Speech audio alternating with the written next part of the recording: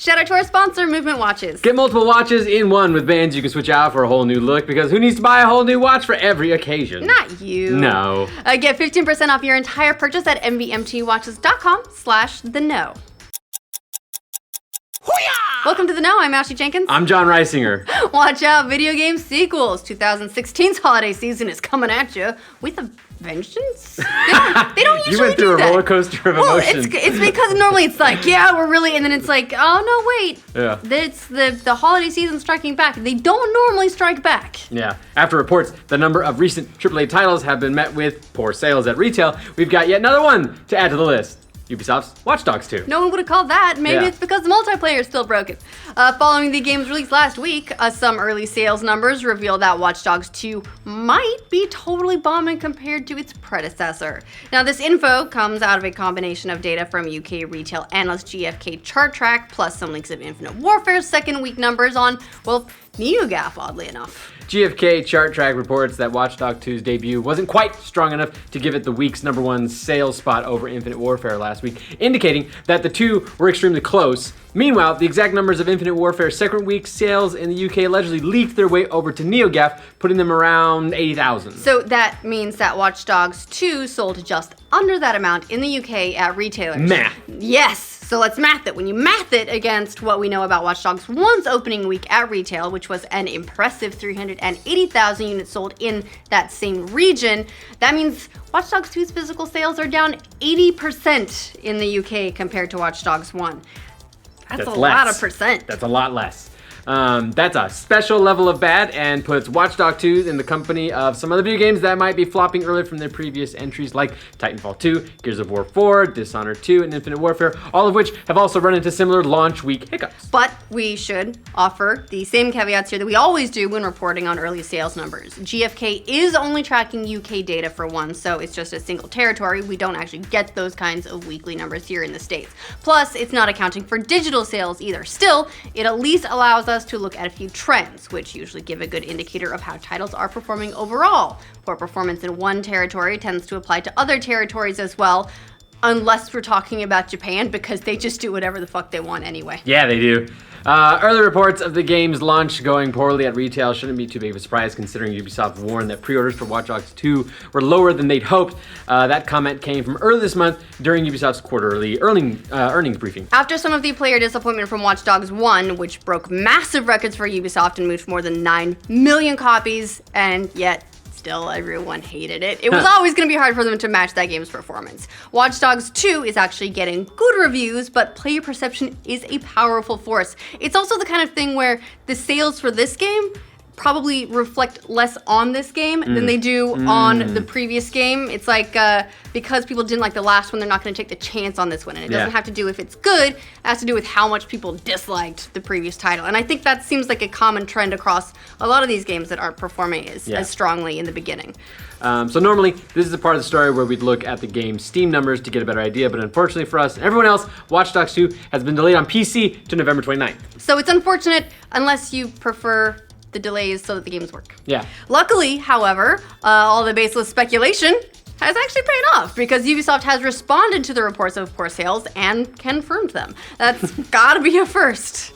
Ubisoft said in a new statement, "We're incredibly happy with critics and players' very positive reception of Watch Dogs 2, which should bolster support for the long-term success of the game. It is true that first day and first week sales for a number of big games, including Watch Dogs 2 and titles from our competitors, are comparatively lower than previous versions in previous years." They went on to say that they expect that Watch Dogs 2's week 2 and 3 sales will be stronger than what you typically see in games, thanks to the game's trending toward longer tails. Which I read as fewer pre-orders.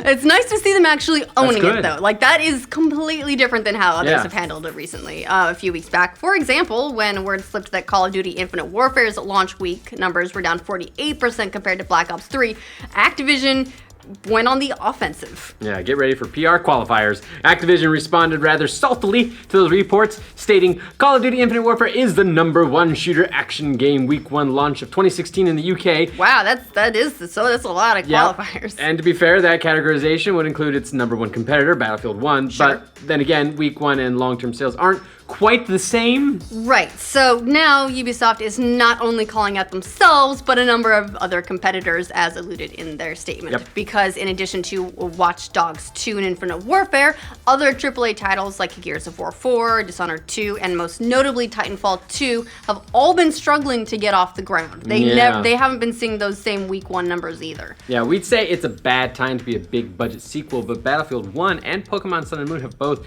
debuted to amazing sales so far. I think most of the Pokemon Sun and Moon sales are because both Caden and Mika got both versions. And then thumbs up. Okay, Yeah. all proud. Battlefield 1 is crushing all kinds of franchise records, beating both Battlefield 4 and Hardline's first week sales numbers combined in its first week. Pokemon Sun and Moon is pulling in similar boatloads of money for Nintendo, shipping more than 10 million units for the game's worldwide launch last week. 10 million is a ton for Pokemon, especially when you keep in mind that the last generation sold 13 million lifetime, and this is their first shipment is 10 million. They're counting on this one to do well. Yeah. Meanwhile, other sequels aren't feeling quite so strongly. We've already mentioned Infinite Warfare, but Gears of War 4 reportedly only moved around 600,000 copies at launch, while Titanfall 2 flopped hard, selling only a quarter of what Titanfall 1 did at retail, although hopefully that one's got a stronger tail. And Dishonored 2's met with similar woes, moving only 38% of what the first game did at launch. It's certainly not because of reviews, because the Metacritic scores for each game are relatively high. The only outlier is Infinite Warfare, but it didn't land too far off the mark compared to other recent outings. And really, each one is kind of a special case. Watch Dogs 2 and Titanfall 2 are dealing with a little bit of a fallout from the previous iterations of the series, which turned out to be disappointing for players long term. Infinite Warfare is facing some franchise fatigue and response to the game's new setting and focus, because everyone is really mad that it went to space. Space soldiers! Although, again, the game's campaign was reviewed favorably. Meanwhile, Gears of War 4 has the misfortune of being a Microsoft exclusive, plus it's been a long time since we've had a relevant Gears of War title, so people might have drifted from the franchise. Dishonored 2 is a little bit more baffling because it isn't dealing with any of that. The first game was a fan favorite, and there's been a decent enough gap between the two titles, so it's hard to tell what's there. Not sure about that one. Really, the biggest factor probably comes down to simple economics. They're all coming out in the overcrowded holiday space, and people only have enough money for a certain number of games. A lot of these titles might have fared a little bit better if they were spread out to, say, the beginning of next year, or just generally across the entire, the whole year. Please, can we get some more games in July? Yeah.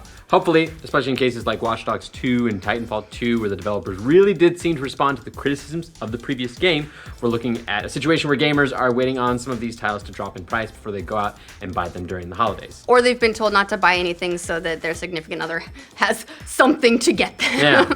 Now, it seems like that would be the case considering the strong reviews of all the titles we've mentioned here. Although, you would hope that with Watch Dogs 2, they'd at least, getting around to fixing the multiplayer while they're waiting for all those players to jump in. The multiplayer still hasn't been restored after being disabled by Ubisoft at launch, with hardly any update about when we can expect to see it. Yeah. If you want better sales at launch, that seems like a pretty good starting point.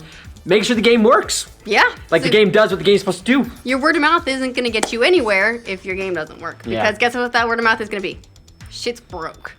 What do you guys think of early reports of Watch Dogs 2 flopping at launch? Let us know in the comments. For future updates on the year's biggest releases, like this video and subscribe to The Know. Thanks to Movement Watches for sponsoring this update. Movement watches are made with versatility in mind because you don't want to buy a new watch for every occasion. Nah, if you're wearing brown shoes instead, you just switch out your metal band for a brown leather band like this one, and then bam, it's like a new watch. Everything matches. Bam. You're super stylish. Yeah. Once I started wearing watches, honestly, I started feeling weird when I didn't have something on my wrist. This one's called like the Sand Band. It's a lovely sand band. Yeah, I like it. Watches start at $95, but you can get 15% off your entire purchase when you go to mvmt watches.com/theknow.